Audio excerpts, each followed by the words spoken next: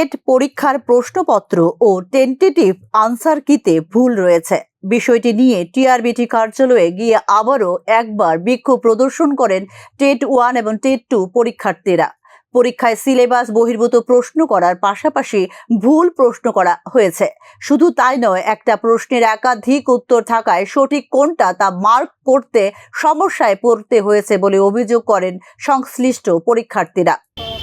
4 মে 2025 আমরা পরীক্ষা বলতে কি বিভিন্ন একটা বিভ্রান্তিতে পড়ে যায় যে প্রশ্নতে এরকম কিছু আছে যে একাধিক উত্তর আছে, তারপরে কিছু আছে কোশ্চেনটা আমরা এরকম ভুল হয়েছে যে কোশ্চেনটা দেখে আমরা সঠিকভাবে সেজন্য আনসার দিতে পারিনি।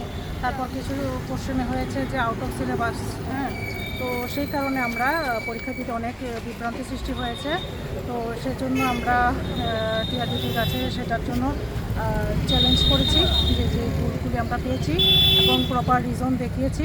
ভুল প্রশ্নপত্রের কারণে টেট পরীক্ষা দিতে গিয়ে বিভ্রান্তির শিকার হতে হয়েছে বলে অভিযোগ করেন পরীক্ষার্থীরা। একটা কোশ্চেন আছে এমনও যে একটা প্রশ্নের একাধিক উত্তর আছে, সে কারণে আমরা পরীক্ষার হলে বিভিন্নভাবে বিভ্রান্ত হই।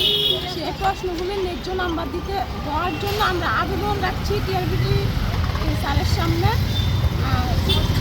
এমন অনেক কোশ্চেন আছে যেগুলি আছে ব্যাকরণগত ভুলের কারণে আমরা সঠিক উত্তর দিতে পারিনি, এবং প্যাসেজেও বিভিন্ন ভুল আছে, যেমন দাড়ি কমার ভুল আছে।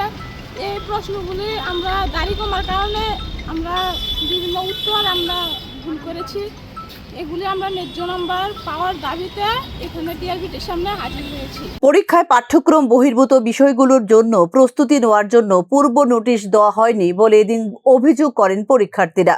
গত 27 এপ্রিল টেট 2 এবং 4 মে অনুষ্ঠিত হয়েছিল টেট 1 পরীক্ষা। বোর্ড কর্তৃক প্রকাশিত টেন্টেটিভ রেজাল্ট শিটে প্রচুর ভুল রয়েছে বলেও সংশ্লিষ্ট পরীক্ষার্থীদের। সার্বিক বিষয়টি গুরুত্ব সহকারে দেখার জন্য টিআরবিটি চেয়ারম্যানের উদ্দেশ্যে আবেদনও রেখেছেন সংশ্লিষ্ট চাকুরি প্রত্যাশীরা। ব্যুরো রিপোর্ট, নিউজ নাও।